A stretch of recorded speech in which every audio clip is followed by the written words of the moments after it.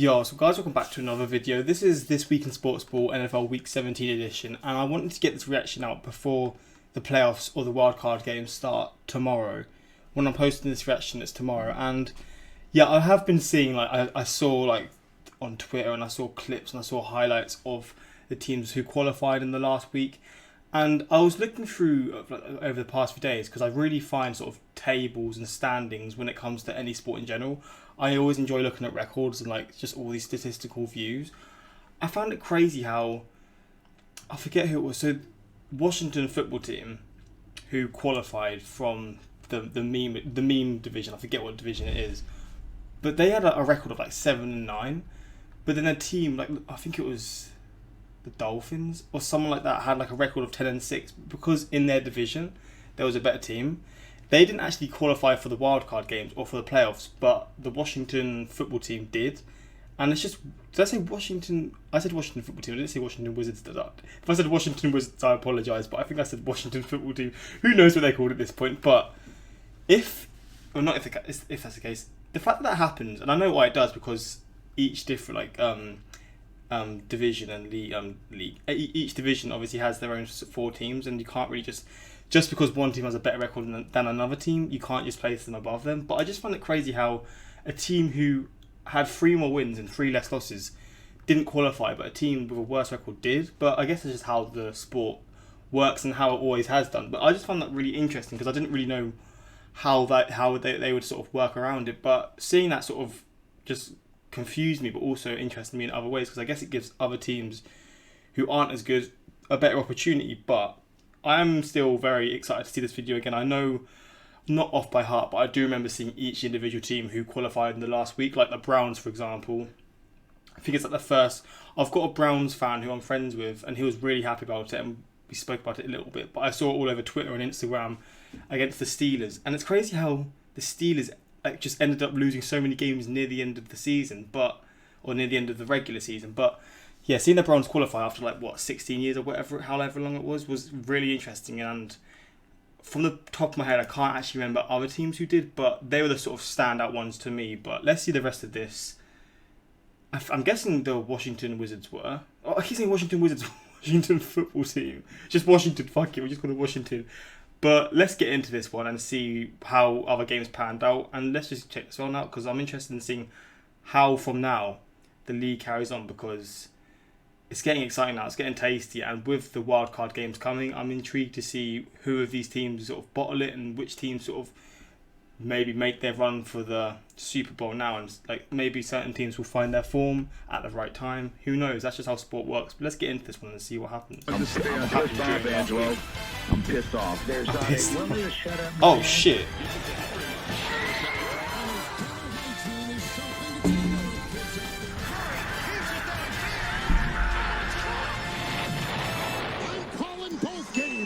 We have arrived. The season finale of Sportsball. The apex of the NFL season before playoff time. Hope will be restored. Hearts will be broken. Ambitions and follies to be revealed. That is week 17. Unlike most weeks, I'm going to separate the games by importance to the overall situation. Let's get the games that mean little out of the way first. Okay. All that's left for the Patriots are bragging rights. The first time where they won't be moving on in over a decade, but at least they have one thing that they can hang their hat on. Dunking on the Jets. Yes, it is a tradition that has been cherished for a very long time. The gold standard of the Boston teabagging. Cam Newton will probably be gone in the offseason, but he at least gets to leave New England and maybe the NFL on a high note. For Sam Darnold, just more of the same frustrations that have ruined him as a top prospect. Don't worry, Sam. You're probably going to be traded for a 3rd-round pick this offseason. You're going to be free from Gase. That's a win in my book. The in-division rivalry where neither team chooses to do anything on the defensive side of the ball. One team has no cornerbacks and a lost identity. The other has no key defenders and an outdated identity. Matt Stafford comes out of the tunnel with about 15 different wounds and an uncertain future to lead the Lions once again. Kirk Cousins does the same, but with a more secure one for Minnesota. It's a battle of offense, unsurprisingly, but we need to make sure one thing happens to secure the stalest of narratives. Detroit getting fucked by shitty calls. How the fuck is this roughing the passer? How? It was just a fucking tackle. This was a penalty so bad that Clay Matthews got flagged for it by proxy. Want something else? How about another episode of What the Fuck is a Catch? It's all in a day's work for Detroit in misery. This game was just icing on the cake. I expect more of it in the offseason when new management probably chooses to do yet another deep rebuild. Lions, when people unwillingly get fucked, they at least try to get paid for it. You guys are selling yourselves way too short on that end. While the Buccaneers try to sew up the top wildcard spot in the NFC, they have a relatively easy opponent to feast on. Atlanta. Oh no, I like Resigned to their this one. fate at this point. It's just another lost year for them. Imagine if they did what they should have done and fired Dan Quinn last season. They may not have choked one of the many games they have over the year. This matchup wasn't a choke like last time, but a mere defeat. I know, anticlimactic, but the Falcons' defense is pretty bad, and Tampa Bay needed a tune-up for next week. Let's just say that was the case today. In regards to draft position, I was mistaken. I love those kinds of touchdowns, man. Like, I know this probably isn't the best example, but when like two players sort of collide with each other and one just sort of batters through the other. Again, this isn't the best example, but I just find it so satisfying, man, because you just know they're putting their all into that, man. Like, just the way he sort of runs through. And Tampa Bay needed I'm just thinking of the whiplash you'd get. Let's just say that was the case today. So, In regards mate. to draft position, I was mistaken. The Falcons don't have the 3rd overall pick, but the 4th pick, which will probably be used to draft an edge rusher or linebacker. Prolongate the cycle of agony. They know what they need to do, but they probably won't do it due to cap penalties. What a shame. Disappointing season. It's what these two franchises have in common as of late. And it's more insidious than they both realize. Denver was expecting to be a dark horse this season. Shit. The only things that went dark were their offense and injury list. Vegas lived up to their city's reputation by being up big early on, going all in a risky move, and losing everything in another collapse. Although if that city is known for another thing, it's for putting on a good show. This game is an example of such. There may be little to play for, but the scoring is fast and furious. The Raiders keep making mistake after mistake in the second half, but Denver can't capitalize on them. The neck-and-neck pace will continue on until the very end. Even with Gruden's grinders rushing 2 men and a third spying on the quarterback, they'll give up a 97-yard passing touchdown. What a defense. There's levels to that kind of Fortunately, pace, Vegas man. strikes again with a chance to There tie, really but is. Gruden wants to go in for the kill. He tried this last season as well against the same opponent, but the result was less than optimal. This time, it worked out a little better. Fair Also, enough. special shout out to Daryl Worley for nearly fucking everything up again. What a goddamn trash fire. John Elway's tenure has been a mess covered up by Peyton Manning. They haven't won a damn thing since the Super Bowl 5 years ago, and it's been marked by many mistakes, especially at QB. So what is his punishment? Firing via promotion to team president, where he will oversee the new GM hire and chuck him into the pit if things go sour yet again. I'd say Denver would have a fighting chance, but with the ownership issue still ongoing, leaning no there. The Chiefs already have the top spot in the AFC locked up, so the majority of their starters are resting. This why they means that lost the this Chargers game, can didn't come out to play today. Which makes sense if they are resting the players, which will probably work out overall. Because they already had first seed. Not that right, it means as we anything, said. but it's more of an audition for next year. And hopefully the new coaching staff that comes with it. Imagine this team with a coach that knew how to manage a game clock. Justin Herbert hopefully continuing his development and a bunch of players on defense coming back to full form. This is a potential playoff team. This one against the Chiefs may mean nothing this year, but for the fall, it could be big if they manage it properly. However, this is the Chargers, so they'll somehow fuck this all up like they usually do. It's the embodiment of pain this franchise knows too well. New Orleans may be fighting for the #1 seed, but they have a serious problem on their hands. Alvin Kamara was caught up in the vicious grip of Corona Chan. He will be out for this game and maybe the first round of the playoffs as well. And more good news, the rest of your running back core is out due to close contact. Fortunately, it didn't matter much since the Saints walked into Carolina with heavy weaponry and a steamroller. It's not even close on this front. The Panthers were brought to heel and skinned for their precious fur to be sold on the black market. Former Saint Teddy Bridgewater? Let's just say Carolina may be having some buyer's remorse. He was benched and many doubts linger towards his long-term viability on the team. As a high-floor quarterback, his floor hasn't been anywhere near it. Despite questions, New Orleans secures the second seed and another chance at destiny. And hope Kamara is cleared to go for next week. The Seattle experience is one that runs a gamut of emotions. From hope to elation to pain to agony to extreme anxiety, the Seahawks are this and so much more. It appears the defense is now carrying this team to competitiveness in games, as if the offense got tired of doing so in the beginning of the year. The 49ers are well coached, but this is potentially for the #1 seed. Doesn't matter that San Francisco is injured to shit, Seattle still has that deal in place with the local hospital systems. A documentary came out a few weeks ago called The Fight for the Soul of Seattle. He must have been reporting on the Seahawks' maddening ability to keep games uncomfortably close as everyone dies watching them. But knowing this team, they will somehow pull ahead in the end as the offense shows up at the last possible moment. It's enough to get the 3rd seed in the NFC, but you can't keep winning games like this. If you play with fire, you're eventually going to get burned. Just remember that. Wait a second, San Fran, I have something for you too. It's not Lombardi, but it is a trophy for winning the Injury Bowl. Go ahead. You've more than earned it. Now to the important shit. Playoff spots. The AFC South is still a neck-and-neck race. Tennessee only needs to win and they clinch it. If they lose and the Colts win, we all might laugh at the Titans. Now this game is going against the Texans, it might be laughing at them. Despite J.J. Watt ripping the team to shreds in the post-game presser last week, it's as if the defense hasn't shown up.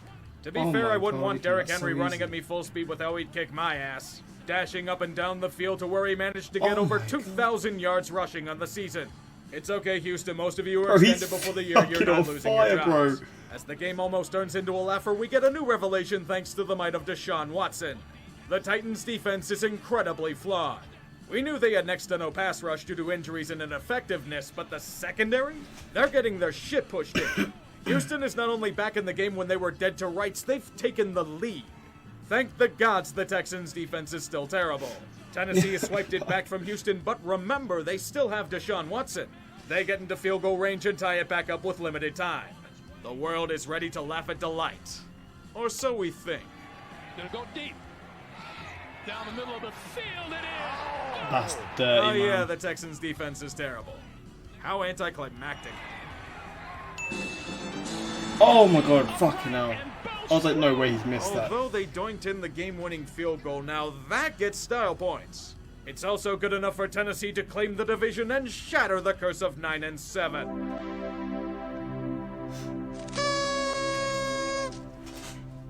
Shatter the curse of 9-7. Is that like a reoccurring record that they have, or was there a specific season where they had a 9-7 season and they didn't qualify? I'm assuming when he says 9-7 curse, it's like a persistent thing that they just seem to always finish with that Wildcard record. spots are going to leave a team with more than 10 wins out of the running. Such is life. For this situation, every team but Indianapolis controls their own destiny.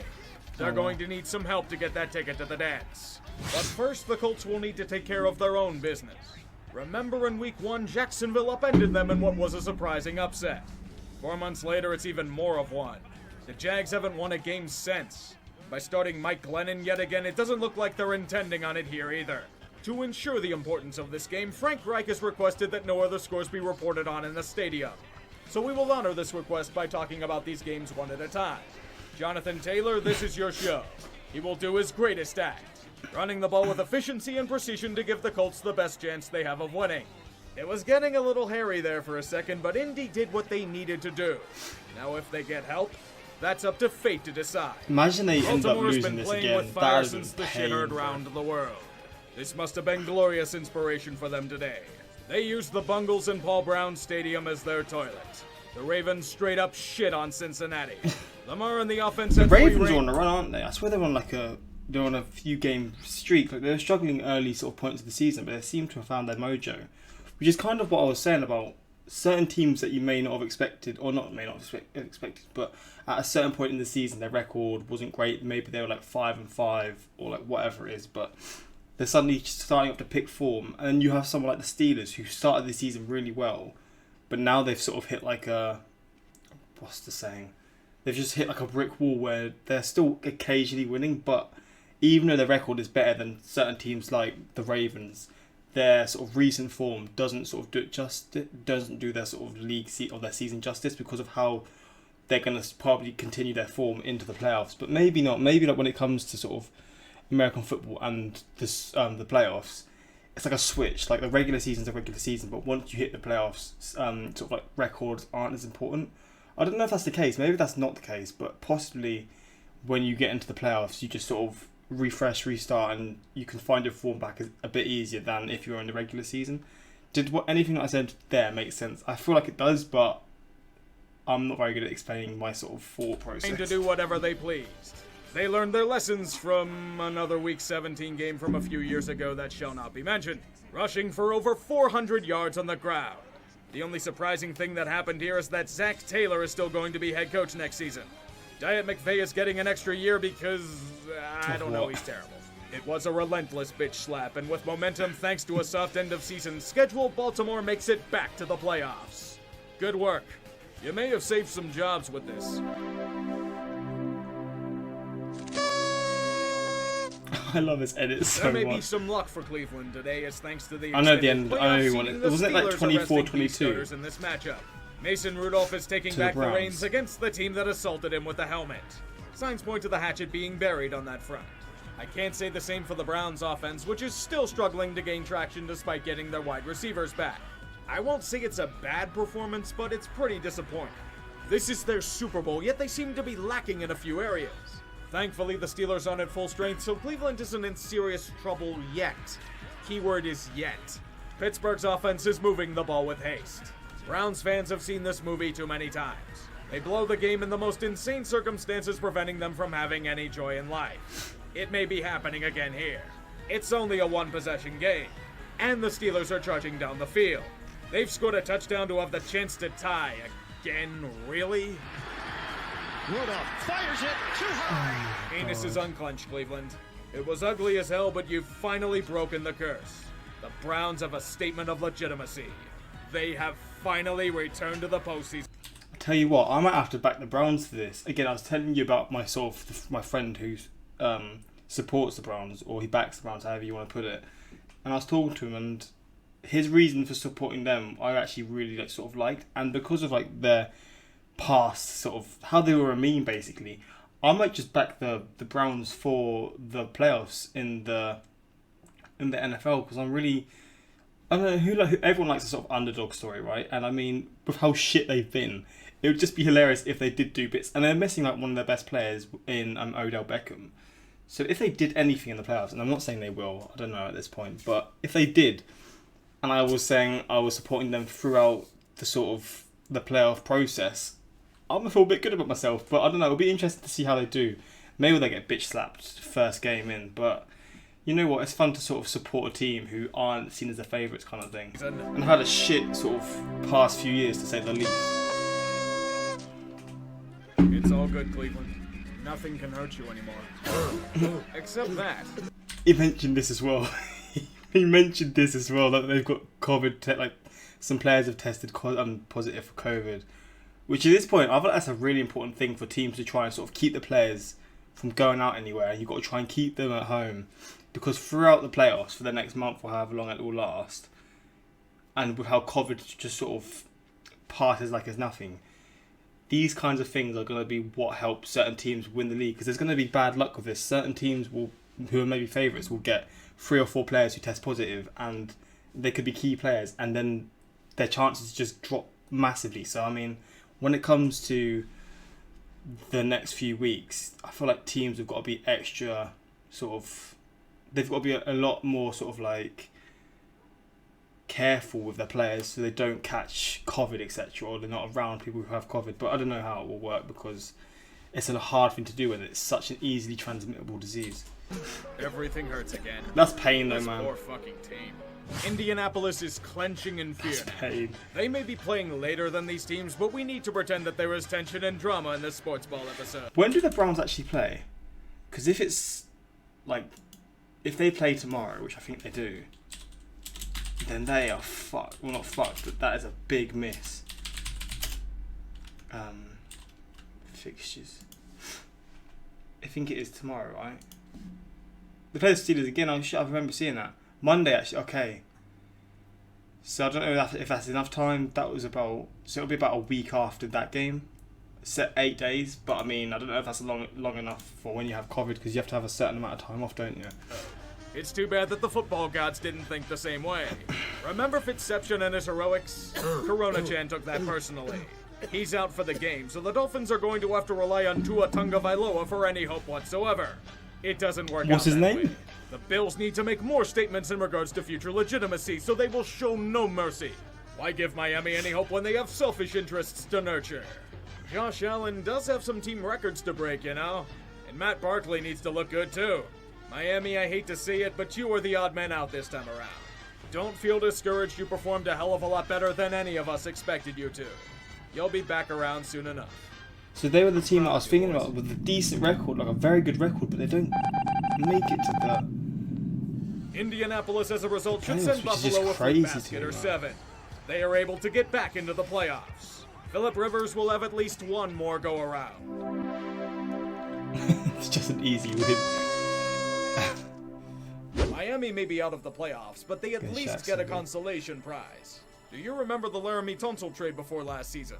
When I thought they were crazy for trading away a premium blindside tackle for futures that would have probably been late first-round picks? Turns out it's not only worked out in their favor, but it's been more fruitful than any of us have imagined. The Texans season has been another nightmare and a long streak of them.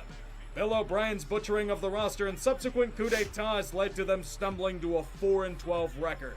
Due to strength of schedule, Miami will receive the 3rd and 35th overall picks in this upcoming draft. They may end up drafting another potential premium blindside blocker with it as a result.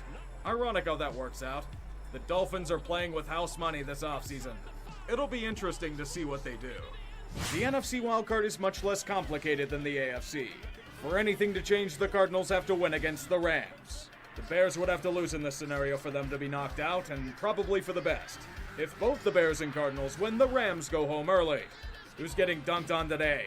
Here we see the time-honored tradition of Green Bay lording over all those underneath them in the NFC North. They will always bring those pesky underlings to heel.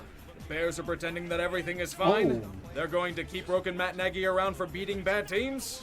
Who are they to interrupt an enemy when he is making a mistake? I know the Packers win this Aaron one as Rodgers well. will continue to unleash his might upon the football world. He was dominant, yet it felt like he barely tried to. That feels dangerous to me. Same as for the Bears, who unsurprisingly couldn't keep up with the Packers. It's no contest.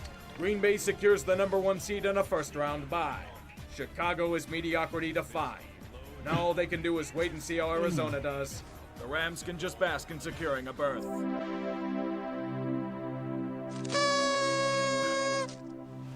It may be tough for the Cardinals, but there is some hope on the horizon.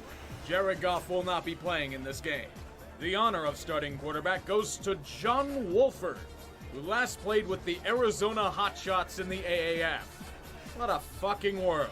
It's here that the football gods demand all the chaos, as Kyler Murray, dealing with injury himself, was taken out of the game on Arizona's first drive. Thus, their new quarterback is Chris Streffler, formerly of the Winnipeg Blue Bombers of the CFL. Let's fucking go! What we get is ugly football, so beautiful to witness it should be on display at the Louvre. At least the Rams are doing something. Wait, isn't Winnipeg in Canada? Wait, Canadian Football League? Is that what I'm thinking of? I swear Winnipeg's in. I mean, I see ice hockey teams, so it must be Winnipeg. Yeah, it is. So he played in the Canadian Football League. Fuck me. And I know there's different rules in the Canadian Football League, so that must be an interesting sort of transition for someone who's now playing in the NFL. The Cardinals are... Dear God, it's terrible. Kingsbury's calling plays like Kyler is still in the game.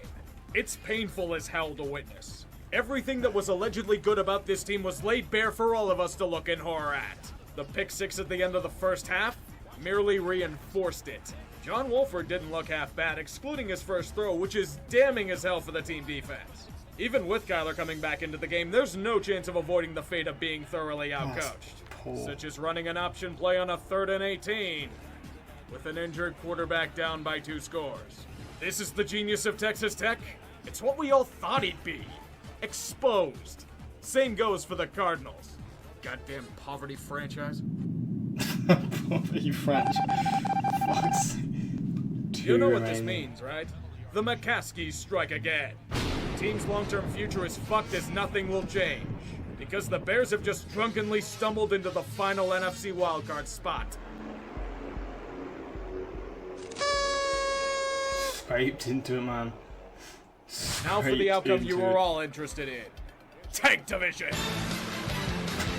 Tank Division at this point of the year. Come on, let's go. Let's go.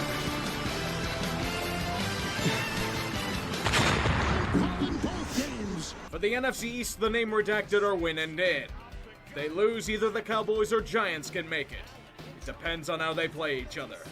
There's one thing that the Dallas Cowboys have done over the past 25 years, it's completely shit the bed in key situations.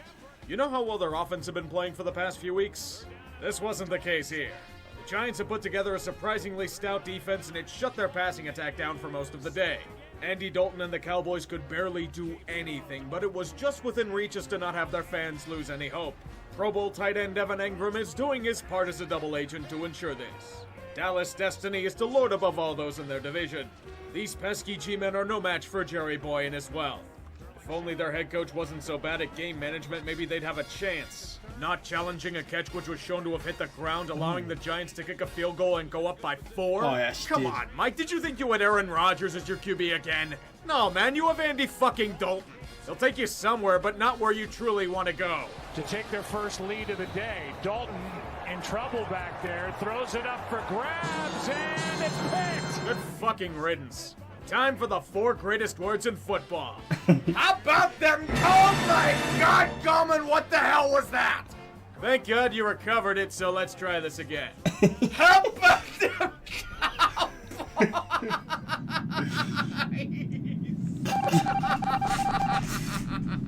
He's After got witnessing over. the events that unfolded at the Link on this night, on this pivotal game for Tank Division glory, I can safely say, this is the greatest game of football I have ever seen. No other game besides Monsoon Bowl at Heinz Field in 07 comes close to the absolute brilliance that I saw here. Starts with Alex Smith returning to the fray and continues with Jalen Hurts being hurried to hell and back. Nobody could do much of anything. Only stunning silence and the beauty of primetime shit shows. This is peak Tank Division. The stuff I had dreamed about back in October and November. A climax of refuge to see which offensively challenged football team hosts a home playoff game. Name redacted as the lead by 3 at halftime, but the true genius would occur in the second half. And it's all thanks to Doug Peterson, the analytical guru. The wise man of 1,000 two-point conversions unleashed his full-scale dumbassery for all of us to see. Robo Smith was picked off by a great play to put Philly in the red zone with a chance to at least tie. They failed to score on 3 downs, so why not try for a 4th instead of going for the field goal? Fuck, Doug, you don't have the personnel to pull it off. Stop it. No, I don't mean the whole goddamn offense. Hurts was bad today, but Wentz is a healthy scratch. So that means Jalen was benched for Nate Sudfeld. He did just as badly as Hurts did. What the fuck is Peterson doing? This kind of shit not only causes accusations of blatant tanking, it potentially ruins the locker room dynamic. This guy is going to be Philly's head coach next year? He should have been fired in the middle of the game. He's a disgrace who lucked into a Super Bowl because he played a Matt Patricia defense. That's it. What's even worse? New York Giants players and fans are calling this an outright conspiracy that needs to be investigated. If you were to look at these tweets, you would think that their team was a 10-win squad who was a legitimate Super Bowl contender. Fuck you. The G-men were trash and your offense was uninspired refuse. You were lucky to even be in this conversation. 6-win teams usually go to the fucking Tank Bowl. Now stay there. And that's how it is then. Therefore, as a result of the wonders of Tank Division,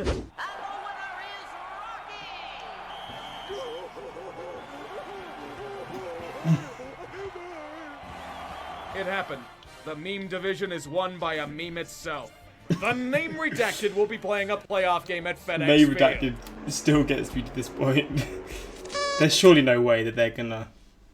I mean, they have been doing better second half of the season. But there's surely no way that they're gonna go anywhere in the playoffs, right? They're gonna lose instantly. I mean, to me, but again, we'll find out, right? I can't believe it. My purebred, which cost me $1,700, lost to a rock. And there you have it. Another year of sports ball goodness in the books. It was a year. That's all I'm going to say about that. No matter what happens, I will forever cherish Tank Division, as it was a beacon of light in a vast fanless void. That Maybe was next the year will be funniest less thing I've iffy, seen. but we all know the NFL That is was good hilarious for a when I few saw laughs. I expect just as much in the playoffs this year. Get ready. This is going to get very, very interesting. Oh my god. The final sacrifice must be permanent. Let us remember those we have lost on Black Monday. Oh my god, the terrible hire we all knew was going to be terrible from the moment he was hired was terrible. How unbelievably shocking. My question is, what the hell did the Jets see from him during his awful stretch in Miami? Dude, I should have offered my consulting services in that coaching search. I'd have just said to the Johnsons, this guy sucks, don't hire him. Boom, where's my payment? It was a mess from the beginning. Terrible offensive execution, completely misusing Le'Veon Bell from day one, malicious and power-hungry, ruining Sam Darnold. So much for the genius at work. He's down there with Rich Kotite in Jets infamy. I'm going to put it this way. If I'm sitting alone at a bar watching football, Gase should be a few seats next to me. That's how little I think of him as a coach. But I wouldn't trust this so-called genius with high schoolers. Yet he'll get another To be fair, Tree, when it comes to football, he's got his knowledge, so that's probably not even a job in bad football shout. because it's a who you For know being industry. fair. Yes, I am bitter about this. Dead man walking. That's all this guy has been since the start of the year. I still have no idea why he wasn't fired along with Caldwell at the end of last season, but the Jags have never been known for wise decision-making in their executive branches. It's not that he's a bad coach, he's just very vanilla. Nothing really sticks out as a strength for him. All that I remember from him over these past 4 years are bologna sandwiches. Not a good sign for long-term impact. He tried, and that's unfortunately all he brought to the table. He'll get a job as a position coach, so he's not going to be out in the cold for too long. Shit happens. Lynn is a strange coach. He was a guy who I thought was going to do poorly in the beginning since he came from the Bill shit show after Rex Ryan got fired. He ends up performing well in his first 2 years, but never sealing the deal. Then he gets completely exposed and overmatched with age and so-called experience. His cause of death is a fatal flaw of a lot of coaches. He never evolved. He didn't take that next step necessary to further his development. And that resulted in relentless stagnation. If you were to show him a game clock, he would think it was like reading the Torah.